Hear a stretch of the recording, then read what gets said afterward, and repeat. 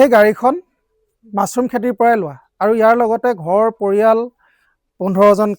কাম কৰা মানুহ সকলোবিলাক চলি আছে। যোৱা বছৰত মোৰ প্ৰায় 17 লাখ টকা মাছৰুমৰ পৰা ইনকাম হৈছে।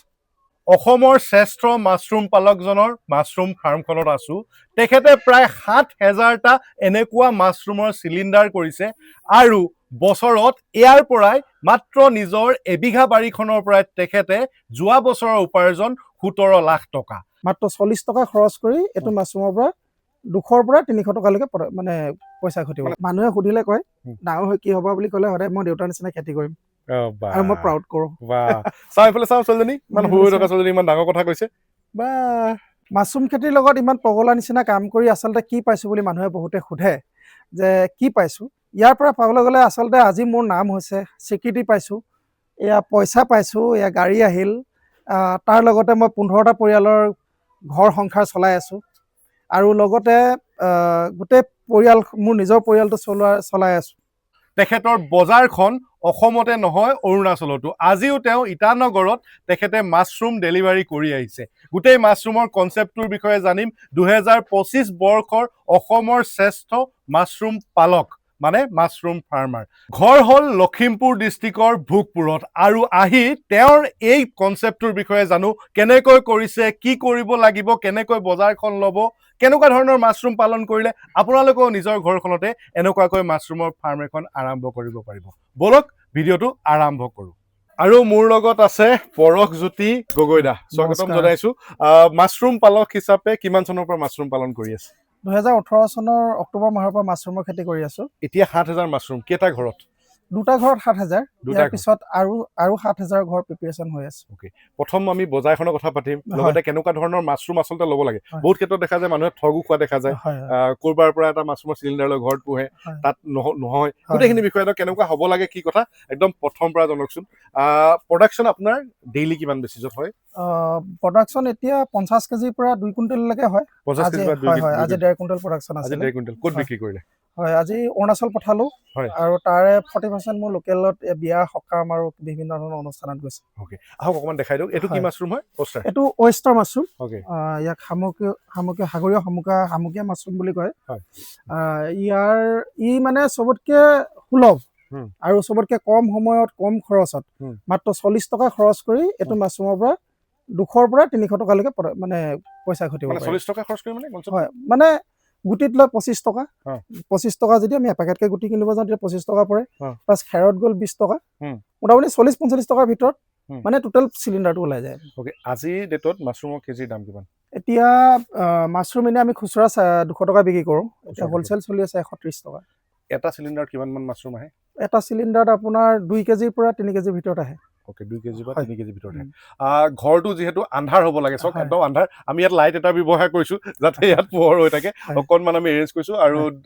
কি হয়, আন্ধাৰ হ'লেহে মাছৰুম হয় নেকি ভাল নেকি? নহয়, একচুৱেলি কনচেপ্টটো ভুল হৈছে। মানে মাছৰুমৰ আন্ধাৰ নিবিচাৰে, মাছৰুমক চবেই লাগে, কিন্তু আমাৰ ইয়াতে কি হয়, মাছৰুমটো বগা মাছৰুমটো বেছি প্ৰিফাৰ কৰা যায়, মানে বগা হ'ব লাগে। আৰু বগা হ'ব হ'লে আমি কি হয়, তাক আন্ধাৰ কৰিবলগীয়া হয়। আৰু ধৰক এই ছিজনটোত জানুৱাৰী, ফেব্ৰুৱাৰী, মাৰ্চ এই ছিজনটোত অলপমান এটা সৰু সৰু মাখি পোকৰ আক্ৰমণ হয়, দেখিছে এটা আছে। এই পোকটোৰ পৰা বচাই ৰাখিবৰ কাৰণে আমি অলপ আন্ধাৰৰ ব্যৱস্থা কৰিবলগীয়া হয়। নহ'লে আপোনাৰ বাকী আমি ৰাউণ্ডাৰ ইয়েৰ কৰোঁ, গোটেই বছৰ আমাৰ ঘৰত প্ৰত্যেক দিনাই মাছৰুম পাব, মানে প্ৰত্যেক দিনাই মাছৰুম প্ৰডাকশ্যন থাকে। তো তেতিয়া আমাৰ বাকীখিনি সময়ত আমাৰ মানে আন্ধাৰৰ প্ৰয়োজন নাথাকে, বৰঞ্চ আমি অলপ খোলাহে ৰাখিবলগীয়া হয়। গ্ৰীণ হাউচৰ নেটখন এইটো ছিজনত আপুনি এনেকৈ হয় হয়, এইটো ছিজনত। এতিয়া মাছৰুম এটা কেতিয়া একচুৱেলি প্ৰথম পালক হিচাপে যদি কোনোবাই কৰে, প্ৰথম পুহিম বুলি ভাবে, কেতিয়া তেওঁ মাছৰুমৰ খেতি আৰম্ভ কৰিব? একদম আইডিয়েল টাইম তেখেতৰ কাৰণে কেতিয়া হয়? চবচে বেষ্ট টাইম হৈছে অক্টোবৰৰ পৰা ডিচেম্বৰ মাহ, আৰু তেওঁ সেইটো সময়ত কৰিব পাৰে। আকৌ আপোনাৰ ধৰক জুন, জুলাই, আগষ্ট সেইখিনি সময় অতিমাত্ৰা মানে অতিমাত্ৰা ঠাণ্ডা যেতিয়া হ'ব, চবতকৈ বেছি যেতিয়া ঠাণ্ডা তেতিয়াও মাছৰুম ভাল হয়, আৰু চবতকৈ গৰমতো মাছৰুম ভাল হয়। দুইটা ছিজনত ভাল হয় হয়, দুইটা ছিজন। বজাৰখন কেতিয়া বেছি ভাল? বজাৰখন একচুৱেলি গৰম আৰু এই অফ ছিজনটোত, এতিয়া এইটো ছিজনত লাহে লাহে ভাল হৈ আহিব, আৰু গৰম ছিজনত অলপ ভাল হয়। অ'কে,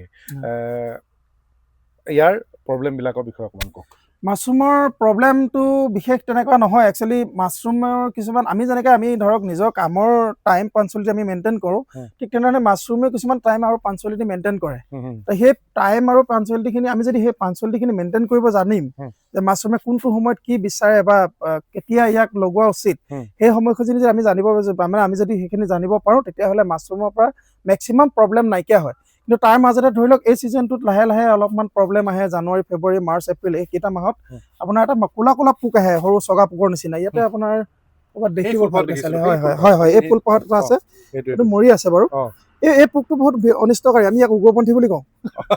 মানে ই যদি এই চিলিণ্ডাৰটোত সোমাইছে নহয় ইয়াতে চাব এই চিলিণ্ডাৰটো এইখিনি ইয়াত সোমাইছে তো ই গোটেই চিলিণ্ডাৰটো খাই শেষ কৰি পেলাই মানে খুব কম সময়ৰ ভিতৰত আৰু ইয়াত মানে সিহঁতৰ প্ৰডাকশ্যন মানে যিটো সিহঁতৰ যিটো বংশবৃদ্ধি সেই কোৱালিটিটো বহুত বাঢ়ি যায় মানে ভিতৰত সোমাই যোৱাৰ পিছত আপুনি কি পদ্ধতি দিছে কেইটাকে দিছে এনেকৈ চিলিণ্ডাৰ 5টাকে আছে 1 2 3 4 5টা আৰু এনেকৈ আপোনাৰ ঘৰটো কিমান দীঘল এফালে লাইট তলত মাৰি দিয়কচোন 70 ফুট দীঘল 70 ফুট দীঘল আৰু অকণমান সোমাই যাওক আপুনি তেতিয়া ভাল লাগিব এফালে বা অকণমান ইফালে যাওক মই অকণ জুম কৰি দিছোঁ বাকী মাছৰুম 2018 চনৰ পৰা ন হয় 18 চনৰ পৰা বিকিবলৈ কেতিয়াবা দিগদাৰ হৈছে মই বহুতে কয় যে মানে বিকিবলৈ প্ৰব্লেমটো খেতি কৰিব পাৰে কিন্তু বিকিবলৈ সেই আইডিয়াটো কেনেকৈ পাব মানুহে কি কৰিলে মানে মানুহে বিক্ৰী একচুৱেলি মাছৰুমৰ বিক্ৰীৰ ক্ষেত্ৰত প্ৰথম যেতিয়া মাছৰুম কৰিছিল তেতিয়াতো বহুতে মানুহে কৈছিলে যে এইখিনি অখাদ্য এইবোৰ আমাৰ মছলা নানিবা এইবোৰ মানুহে নাখায় এইবোৰ খালে মানুহ মৰে কিন্তু সেইখিনি সময়ত মানে মোৰ যিজন গাইড আছিলে ডক্টৰ মনোজ গগৈ তেওঁ তিতাবৰত ঘৰ তেওঁ প্ৰথম মোক অভাৰ ফোনত মানে মোক মাছৰুম খেতি কৰিবলৈ শিকাইছিলে আৰু তেওঁ মোক সদায় এটা টাৰ্গেট দিছিলে যে ডেইলি আপুনি 5জন মানুহক নতুনকৈ খোৱা মানুহক গোটাওক আৰু আপুনি লোকেল ঘৰৰ মানুহখিনিৰ লগত লগৰ মানুহখিনি হওক বা যিমানখিনি আপোনাৰ ফোন কলত যিমানখিনি মানুহ আছে গোটেইখিনি মানুহক আপুনি মাছৰুম খাবলৈ শিকাওক আৰু মাছৰুমৰ বিষয়ে বুজাওক তেওঁ সদায় তেওঁ মোক এটা মানে গধূলি 1 মিনিট একেবাৰে কমকৈও 15 মিনিটৰ কাৰণে এটা মোক ফোন কৰে আৰু তেওঁক ডেইলি বুজায় যে মাছৰুমটো কিয় খাব লাগে মাছৰুম খালে কি বেনিফিট হয় আজি কি মাৰ্কেটত অসুবিধা পালে আৰু সেই গাইডখিনি দিয়াৰ কাৰণে কি হ'ল মই কোনোদিন আজিলৈকে অসুবিধাত পৰা নাই মই এনেকুৱা হোৱা নাই যে আজি মোৰ মাছৰুম 2 কুইণ্টেল প্ৰডাকশ্যন হৈছে 2 কুইণ্টেল প্ৰডাকশ্যনত মোৰ মাছৰুম ৰখি গৈছে গোটেইখিনিয়ে বিক্ৰী হয় আৰু আমাৰ অঞ্চলটোত যিটো অঞ্চলে মাছৰুমক নেগলেক্ট কৰিছিলে মাছৰুমক এভইড কৰিছিলে তেনেকুৱা এটা এৰিয়াত আজি মাছৰুম নহ'লে কোনো এটা অনুষ্ঠানেই নহয় বাৰ্থডে হওক মানে যিকোনো এটা নামঘৰ অনুষ্ঠান হওক বিয়া হওক প্ৰত্যেক দিনাই অৰ্ডাৰ থাকেই আৰু সেই গোটেই বস্তুটো কৰিলোঁ মই নিজৰ মই সেইটো ভাবোঁ যে মই সেইখিনি ছাকচেছ বুলি সদায় মাছৰুমৰ কিমান পইচা আছিলে সেইটো ডাঙৰ কথা নহয় যে এই যে মাছৰুমখিনি মানুহে খাব শিকিলে মাছৰুমৰ সৎ ব্যৱহাৰ এটা জানিলে ইমান পুষ্টিকৰ খাদ্য য'ত সম্পূৰ্ণ পুষ্টি ভৰপূৰ হৈ আছে এণ্টি অক্সিডেণ্ট কোৱালিটি আছে মানে লগতে আপোনাৰ এণ্টি কেঞ্চাৰ লগত সকলো মানুহে যিকোনো বেমাৰী ডায়েবেটিছ হওক ইউৰিক এচিড হওক যিখিনি সাধাৰণতে মানুহে প্ৰটিন জাতীয় খাদ্যবিলাক খাবলৈ এভইড কৰে তেনেকুৱা মানুহেও মাছৰুম সেৱন কৰিব পাৰে আৰু সেই গোটেই বস্তুখিনি গম পোৱাত বুজাই দিয়াৰ পিছত আজি ডেটত মোৰ মাছৰুমৰ মাৰ্কেটখনৰ কাৰণে মই কোনোদিন ৰখিবলগীয়া হোৱা নাই প্ৰথম অৱস্থাত প্ৰব্লেম তাৰপিছত লাহে লাহে এতিয়াতো আৰু প্ৰডাকশ্যন কৰিবলৈ চাগে কম এতিয়া মই দেখিছোঁ ইয়াতো এইফালেতো নাই এতিয়া প্ৰডাকশ্যন কাল্টিভেট কৰি ইয়াত 3বাৰ অলৰেডি হাৰ্ভেষ্টিং হৈ গ'ল কিমান বাৰ কৰিব পাৰে 6বাৰ মান কৰিব পাৰি কমাৰ্চিয়েল বেচিছত 6বাৰ হয় কিমান দিনত আহি যায় ইয়াৰ মোটামুটি 3 মাহ লগোৱাৰ পৰা 3 মাহ হয় 3 মাহৰ ভিতৰত মানে ইয়াৰ প্ৰডাকশ্যন চাইকেল শেষ হৈ যায় 3 মাহৰ ভিতৰত শেষ হৈ যায় আৰু আহি যায় কেতিয়া 20 পৰা 25 দিন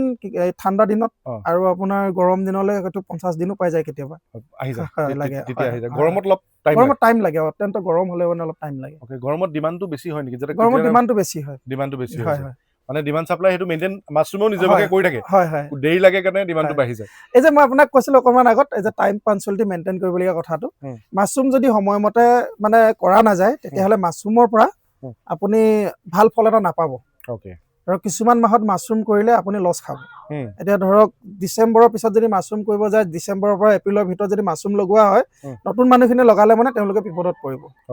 আকৌ আপোনাৰ ধৰক এপ্ৰিলৰ পিছৰ পৰা আকৌ মাছৰুমখিনিত ইমান অসুবিধা নাথাকে ঠিক তেনেধৰণে আপোনাৰ অক্টোবৰ মাহলৈকে ঠিক থাকে কিন্তু নৱেম্বৰ মাহটো মাছৰুমৰ কাৰণে একেবাৰে বেয়া আৰু এই বস্তুখিনি মানে জানিলে বুজিলে মাছৰুমৰ পৰা কোনোদিন আপোনাৰ অসুবিধাত নপৰে এতিয়া কেনেকুৱা এটা চিলিণ্ডাৰ ল'ব লাগে হয় ক'ত পাব মানুহে বহুত চ'ৰ্চ মানে বাহিৰৰ পৰা বহুত চ'ৰ্চ মই শুনিছোঁ বাহিৰৰ পৰা আহে একচুৱেলি কেনেকুৱা এটা চিলিণ্ডাৰ ল'ব লাগে স্পনটো মানে মেইনলি মাছৰুমৰ মেইন বস্তু হৈছে